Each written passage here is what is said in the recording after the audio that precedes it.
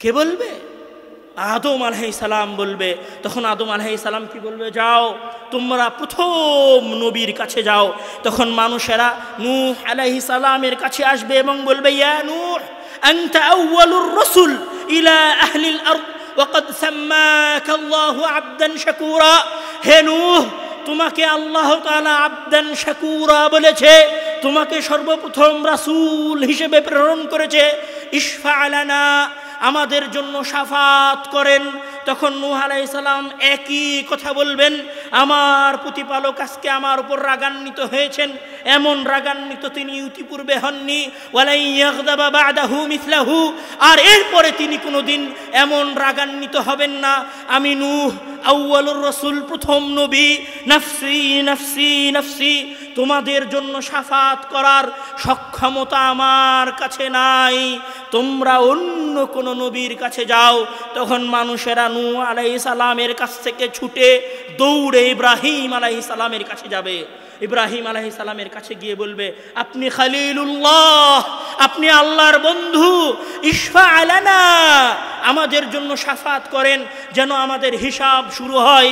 ইব্রাহিম আলাইহিস সালাম একই কথা বলবেন যে আমার প্রতিপালক আজকে আমার উপর রাগান্বিত হয়েছেন, আজকে আমি শাফাত করতে পারবো না। মানুষজন ওখান থেকে বের হয়ে মূসা আলাইহিস সালামের কাছে দৌড় দিবে। মূসা আলাইহিস সালামের কাছে গিয়ে বলবে, আনতা কালিমুল্লাহ, আল্লাহ তাআলা আপনার সাথে কথা বলেছেন, আপনি আমাদের জন্য একটু আল্লাহর কাছে শাফাত করেন না, একটু শাফাত করেন। মূসা আলাইহিস সালাম বলবে, নাফসি নাফসি, আমি আমার নিজেকে নিয়ে ব্যস্ততা আছি। মানুষ তখন যাবে ঈসা আলাইহিস সালামের কাছে। ঈসা আলাইহিস সালামের কাছে গিয়ে বলবে, আনতা রূহুল্লাহ, আপনি হচ্ছেন রূহুল্লাহ, আল্লাহ নিজে আপনার নাফসের জন্য ফুৎকার দিয়েছিলেন মারিয়াম আলাইহিস সালামের গর্ভে। আপনি তো ঈসা মাসীহুল্লাহ, আপনি ঈসা মাসীহুল্লাহ, আপনি আমাদের জন্য একটু শাফাত করেন। সেই দিন ঈসা আলাইহিস সালামও শাফাত করবে না, বলবেন নাফসি নাফসি, আমি আমার নিজেকে নিয়ে ব্যস্ত আছি, আমি আমার নিজেকে নিয়ে চিন্তিত আছি। সেই দিন এত ভয়ঙ্কর হবে, এত ভয়ঙ্কর হবে যে আদম আলাইহিস সালাম আবুল বাশার শাফাত করবেন না, নূহ আউয়ালুর রাসূল শাফাত করবেন না, ইব্রাহিম খলিলুল্লাহ শাফাত করবেন না, মূসা কালিমুল্লাহ শাফাত করবেন না, ঈসা মাসীহুল্লাহ শাফাত করবেন না। কেউ সেই দিন শাফাত করার সক্ষমতা রাখবে না। নবীদের যদি এত ভয়ঙ্কর অবস্থা হয়, নবীদের যদি এত চিন্তাজনক অবস্থা হয়, নবীরা যদি নাফসি নাফসি করে চিৎকার করতে থাকেন, আমি আব্দুর রহমান, আমি আব্দুর রহিম, আমি আব্দুল কুদ্দুস, আমি দাড়ি চাচ্ছি, টাকনোর নিচে প্যান্ট পরি, 5 ওয়াক্ত নামাজ পড়িনি, কতদিন সালাত আদায় করিনি, কতদিন সিয়াম পালন করিনি, কতদিন কত নারীর পরকীয় সম্পর্কে জড়িত হয়েছি, কতদিন কত অন্যায় করেছি, কতদিন কত অবিচার করেছি, সেই দিন আমার আপনার অবস্থা কি হবে? আমি মনে হয় বুঝাতে পারিনি কথা, আমি মনে হয় বুঝাতে পারছি না। আপনি আমাকে দেখেন, আমি আব্দুর রহমান, আজকে আমার গায়ে সাদা জুব্বা আছে, আমার হাতে ঘড়ি আছে, মাথায় টুপি দিয়ে পরিষ্কার চকচকে ঝকঝকে হয়ে আপনাদের সামনে বক্তব্য দেওয়ার জন্য এসেছি। বিশ্বাস করেন, আল্লাহর কসম করে বলছি, আপনি বিশ্বাস করেন, আল্লাহর কসম করে বলছি, কিয়ামতের দিন আমি আব্দুর রহমান হুফাতান উরাতান উলঙ্গ অবস্থায় আল্লাহ তাআলার সামনে দাঁড়াবো। আপনি বিশ্বাস করেন, আপনারা প্রত্যেকেই সেই দিন ওই প্রতিপালকের সামনে হুফাতান উরাতান উলঙ্গ অবস্থায়, জুতাহীন অবস্থায় নাফসি নাফসি নাফসি করতে করতে উপস্থিত হবেন। আর যেদিন আপনার এই ভয়ঙ্কর পরিবেশ হবে, যখন এই রকম ভয়ঙ্কর পরিবেশ চলবে, তখন মানুষ যাবে মুহাম্মদ সাল্লাল্লাহু আলাইহি ওয়াসাল্লামের কাছে। তখন মুহাম্মদ সাল্লাল্লাহু আলাইহি ওয়াসাল্লামকে গিয়ে বলবে, ইশফা লানা, হে মুহাম্মদ, আপনি আমাদের জন্য শাফাত করেন। তখন মুহাম্মদ সাল্লাল্লাহু আলাইহি ওয়াসাল্লাম শাফাত করবে, বিচার শুরু হয়ে যাবে। ওয়াজাআ রাব্বুকা ওয়াল মালাকু সাফফান সাফফা, আর আল্লাহ তাআলা এবং ফেরেশতারা দলে দলে আসবে, আসমান থেকে নেমে আসবে। ওয়াজাআ রাব্বুক, আপনার প্রতিপালক আসবে। ওয়াল মালাকু সাফফান সাফফা, এবং ফেরেশতারা দলে দলে আসবে। এবার হিসাব শুরু হতে যাচ্ছে। মহান আল্লাহ তাআলা এসেছেন, ফেরেশতারা উপস্থিত হয়েছেন। 50,000 বছর পরে হিসাব শুরু হচ্ছে। মানুষ নিজের অসহায়ত্ব বুঝতে পেরেছে, মানুষ নিজের দুর্বলতা বুঝতে পেরেছে। এখনও অসহায়ত্ব শেষ হয়ে যায়নি। এবার আল্লাহ তাআলা বলবেন, এবার আল্লাহ তাআলা কি বলবেন? আল ইয়াউমা নাখতিমু আলা আফওয়াহিহিম ওয়া নুকাল্লিমুনা আইদিয়াহুম ওয়া তাশহাদু আরজুলুহুম বিমা কানু ইয়াকসিবুন। আল ইয়াউমা নাখতিমু আলা আফওয়াহিহিম ওয়া তুকাল্লিমুনা আইদিয়াহুম ওয়া তাশহাদু আরজুলুহুম বিমা কানু ইয়াকসিবুন। আল ইয়াউমা নাখতিমু আলা আফওয়াহিহিম। আমি আব্দুর রহমান আজকে কথা বলছি না, আপনি আপনার পাশের জনের সাথে কথা বলছিলেন না? এই পাশে দাঁড়িয়ে এই মানুষগুলো কথা বলছিল না? এই মানুষগুলো কথা বলছে আর মনে করছে আমি মনে হয় এই দুনিয়ার সবচেয়ে শক্তিশালী মানুষ। ওই পাশে থাকা, ওই বাজারে থাকা, ওই দোকানে থাকা মানুষগুলো মনে করছে আজকে আমরা 12টা পর্যন্ত আড্ডা দিচ্ছি, মানে আমার জীবনের কোনো শেষ নাই, আমি মনে হয় সবচেয়ে শক্তিশালী।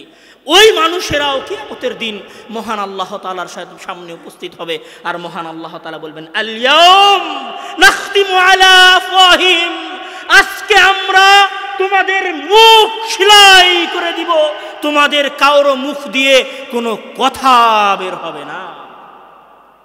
ওয়া তুকাল্লিমুনা আইদিয়াহুম ওয়া তুকাল্লিমুনা আইদিহিম, সেই দিন তোমাদের হাত কথা বলবে।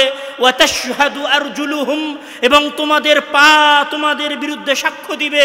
তখন আপনি বলবেন ওয়া ক্বালু লিজুলুদিহিম লিমা শাহিদতুম আলাইনা ক্বালু আনতাকানাল্লাহুল্লাযী أنطق كل شيء وهو خلقكم أول مرة وإليه ترجعون। আপনি আশ্চর্য হয়ে যাবেন, যেই হাত আপনি ডাব সাবান দিয়ে ধুয়ে পরিষ্কার করে রেখেছেন, যেই হাতকে ঠান্ডা থেকে বাঁচানোর জন্য পকেটের মধ্যে ঢুকিয়ে রেখেছেন, যেই হাতকে ঠান্ডা থেকে বাঁচানোর জন্য গরম পানি দিয়ে ওযু করেছেন, যেই হাতকে বাঁচানোর জন্য আপনি ফজরের সলাতে আসেননি, যেই পা দিয়ে আপনি হেঁটে প্রেমিকার সাথে দেখা করতে গিয়েছিলেন, যেই পা দিয়ে হেঁটে আপনি আপনার মুসলিম ভাইকে মারতে গিয়েছিলেন, যেই পা দিয়ে হেঁটে আপনি আপনার দলের আন্দোলন করে বেরিয়েছেন, যেই পা দিয়ে হেঁটে আপনি মিছিলে অংশগ্রহণ করেছেন, যেই হাত দিয়ে আপনি আপনার মুসলিম ভাইকে তরবারি দিয়ে কুপিয়েছেন, যেই হাত দিয়ে আপনি আপনার ভাইকে বৈঠা দিয়ে মেরেছেন, যেই হাত দিয়ে লাঠি ব্যবহার করে আপনি আপনার অপর দলের ভাইকে মেরেছেন, ওই কিয়ামতের দিন আপনার হাত, আপনার পা, আপনার চামড়া আপনার বিরুদ্ধে সাক্ষ্য দিবে। তখন আপনি আশ্চর্য হয়ে বলবেন ওয়া ক্বালু লিজুলুদিহিম লিমা শাহিদতুম আলাইনা, তোমরা কেন আজকে আমাদের বিরুদ্ধে সাক্ষ্য দিচ্ছ? আমি তো তোমাকে ঠান্ডা থেকে বাঁচিয়ে রেখেছিলাম, আমি তো তোমাকে ডাব সাবান দিয়ে ধুয়ে পরিষ্কার করেছিলাম, আমি তো তোমাকে পন্ডস লোশন মাখিয়ে রেখেছিলাম, আমি তো ফর্সা দেখার জন্য ফেয়ার অ্যান্ড লাভলি মেখে প্রেমিকার সাথে দেখা করতে গেছিলাম, তুমি আজকে কেন আমার বিরুদ্ধে সাক্ষ্য দিচ্ছ? ক্বালু আনতাকানাল্লাহ, আজকে আল্লাহ তাআলা আমাদেরকে কথা বলার সক্ষমতা দিয়েছেন, তাই আজকে তোমাদের বিরুদ্ধে সাক্ষ্য দিচ্ছি। তখন আপনার হাত আপনার বিরুদ্ধে সাক্ষ্য দিবে, আপনার পা আপনার বিরুদ্ধে সাক্ষ্য দিবে। এই রকম ভয়ঙ্কর পরিবেশে আল্লাহ তাআলা বলবেন লিমানিল মুলকুল ইয়াউম লিল্লাহিল ওয়াহিদিল কাহার। ও হে বান্দারা, বলো আজকে রাজত্ব কার, আজকে ক্ষমতা কার, আজকে দাম্ভিকতা কার, আজকে গর্ব কার, আজকে অহংকার কার? এ কথা বলে মহান আল্লাহ তাআলা বলবেন লিমানিল মুলকুল ইয়াউম লিল্লাহিল ওয়াহিদিল কাহার, আজকের রাজত্ব শুধুমাত্র আল্লাহ তাআলার জন্য। মুখ বন্ধ করে হাত, চামড়া এবং পায়ের সাক্ষীর মাধ্যমে বিচার শুরু হবে। বিচার শুরু হওয়ার পরে ফামান ইয়ামাল মিসকালা যাররাতিন খায়রান ইয়ারাহ ওয়া মান ইয়ামাল মিসকালা যাররাতিন শাররান ইয়ারাহ, বিন্দুমাত্র ভালো কাজও দেখতে পাবে, বিন্দুমাত্র খারাপ কাজও দেখতে পাবে। শোরুমে গেছেন, শোরুমে জুতা কেনার পরে কম্পিউটারে আপনার জুতার দাম দেখায় 2000.99 এইরকম করে লেখা রিসিট বের হয়।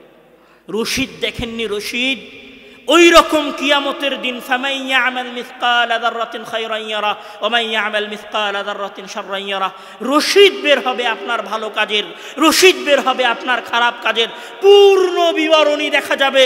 কবে, কার সাথে, কোথায়, কি কথা বলেছেন, কত সেকেন্ড সময় কোথায় ব্যয় করেছেন, কাকে মেরেছেন, কয়দিন সালাত আদায় করেছেন, কয়বার আস্তাগফিরুল্লাহ পড়েছেন, কয় ওয়াক্ত সালাত আদায় করেছেন, কয়বার সিয়াম পালন করেছেন, কয়বার মানুষকে ধোঁকা দিয়েছেন, কয়বার মিথ্যা কথা বলেছেন, কয়বার সত্য কথা বলেছেন, কয়বার দাড়ি চেঁচেছেন, কয়বার টাকনুর নিচে কাপড় পরিধান করেছেন, কয়বার মানুষের সাথে ব্যবসায় ওজনে কম দিয়েছেন, সব হিসাব আপনার সামনে স্পষ্ট হয়ে আপনার সামনে চলে আসবে।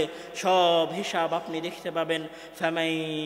ফাআম্মা মান উতিয়া কিতাবাহু বিয়ামিনিহি, আমল নামা আর হিসাব যদি ডান হাতে আসে আপনি সফল, আর আমল নামার হিসাব যদি বাম হাতে আসে তাহলে আপনি বৃথা, ব্যর্থ।